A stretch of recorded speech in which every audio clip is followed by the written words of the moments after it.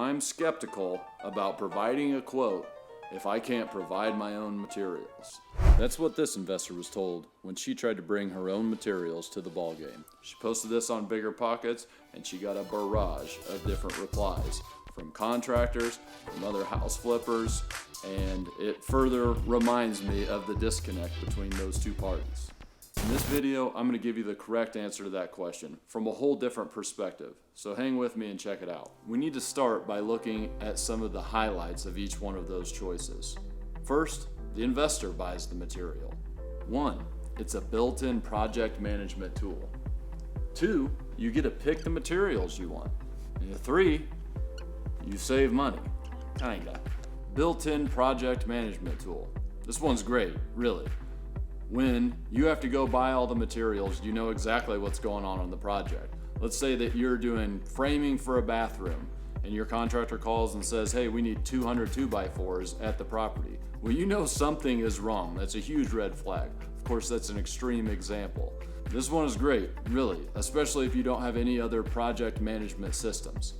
You get to pick your own material. If that's your thing, you get to pick the colors, the sizes, the styles, etc. of all the different materials that go in on that project. You save money. You are certainly going to save money directly on the construction job. You'll save money on the markup. Obviously, you're buying the material, so you won't get the markup. And 2, you will actually spend more time finding deals on every product, whereas the contractor is going to be more focused on the efficiency of the job. And therefore, I do believe that you directly save money on construction when you buy your own materials. I do emphasize directly because I believe there's a market price and you do pay indirectly. But overall, on construction, you will save money. Now let's look at the other side. The contractor purchases the material. So 1, I think that you get a better quality of contractor. These are people who actually know their business. And if they know their business, that means that they've been around long enough to learn that the hard way. And they probably got there because they're actually good at their trade. That's a very important thing to remember because they know business and you are in business. So they could actually be a great partner / alliance for you as you grow as a house flipper. 2, you preserve your bandwidth.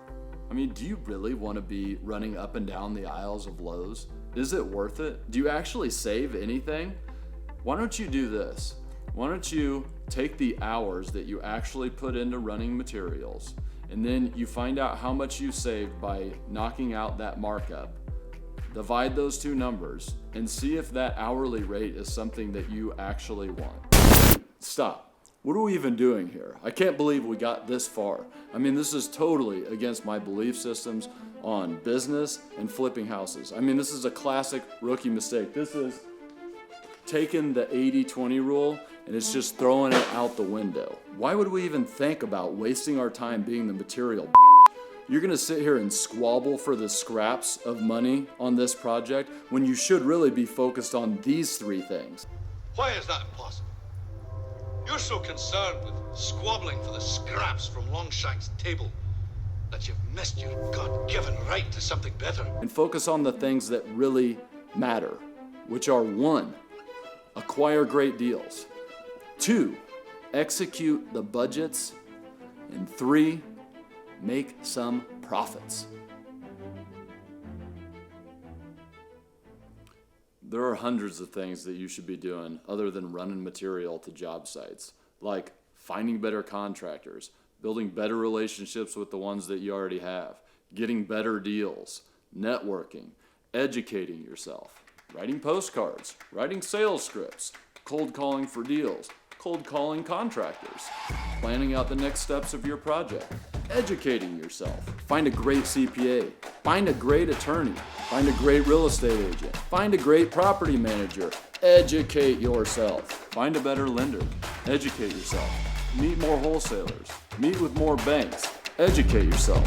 Hit the like, hit the subscribe, educate yourself. On every investment, there are 4 main controls, and you need to learn where to focus your bandwidth. And that's 1, the deal, 2, the strategy, 3, the work, and 4, the market. The deal. Basically, we're talking about the acquisition price of that investment. and the financing terms. Maybe you got a hard money loan, maybe you're using cash. Don't fool yourself. You still have to pay yourself as a lender if you're bringing cash. A lot of people fool themselves into thinking a bad deal is a good deal because they brought cash to the deal instead of having to get lending. The strategy: what are you gonna do to that property to make money off of it? Are you gonna put it right back on the market, do a wholesale? Are you going to subdivide the lots, sell a vacant lot, flip the house? Are you going to increase the rents, then put it back on the market? Increase the rents, then refinance it? Are you going to add a bedroom, update the kitchen so you can demand more at the market? Are you going to do a complete renovation? How about making a smart scope of work, doing only what you need to do, not what you think you might want to do? The work. Now it's time to execute the strategy that you came up with. There's only two real things that you can focus on here. 1, be a better project manager. 2, find better vendors or contractors. Notice, there wasn't run down the aisles of Home Depot saving a few dollars on materials. Then there's the market, flip or rental, selling to the MLS or selling to the bank for a refinance. And sure, here you can find cheaper real estate agents that don't know what they're doing, or cheaper property managers. Heck, you can even do it yourself. That'd be a way better use of your time than running down the aisles of Home Depot. Really, when it comes to the market, it just is what it is. It is the market. It is gonna tell you what you're gonna get for that property. There's basically a range that the market is gonna give you. There's no way to get outside of that range. However, if you have hired a great professional, they will get you as close to the top of that range as possible through really 2 things. That's great marketing, great sales, and negotiation. Now, when it comes to that, for me, I have only one choice, and that's my wife and her team. Check it out, www.workingmomsrealty.com. Now, there are also other little costs like title expenses, closing costs, insurance, but seriously, if those things make a deal bad, you got the wrong deal. Okay, I've made my point. Obviously, I don't think that you should spend your time buying material for your projects. So where should you spend your time? It's all about the deal. It's always about the deal. It's always been about the deal. It's always gonna be about getting the right deal on the front end. That makes everything easier. That makes the strategy easier because you're gonna make mistakes and you have a lot more room for mistakes. It makes the surprises that are gonna come up in the work more manageable because you got the right deal on the front end, and then the market is gonna give you what the market's gonna get, and ultimately what you're gonna do is you're gonna put profits in your pocket. Now, it makes all the things that they talk about on Bigger Pockets actually possible, like coming $0 out of pocket for a deal, or like getting financial partners. If you have the right deal, they're all gonna come running to the deal. It makes actually burring and getting all your money back a possibility. That is what we're here for. Don't go out buying material, go out buying postcards. If you control the deal, you control your future.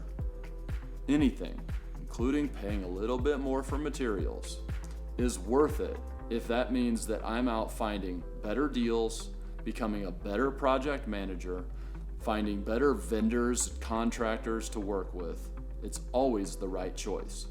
And yes, I am a cheapskate, probably more than anybody knows. However, it's never at the expense of the bigger picture. And that's what we're talking about here. And if that's a mindset that you agree with, hit that subscribe button, keep watching our stuff.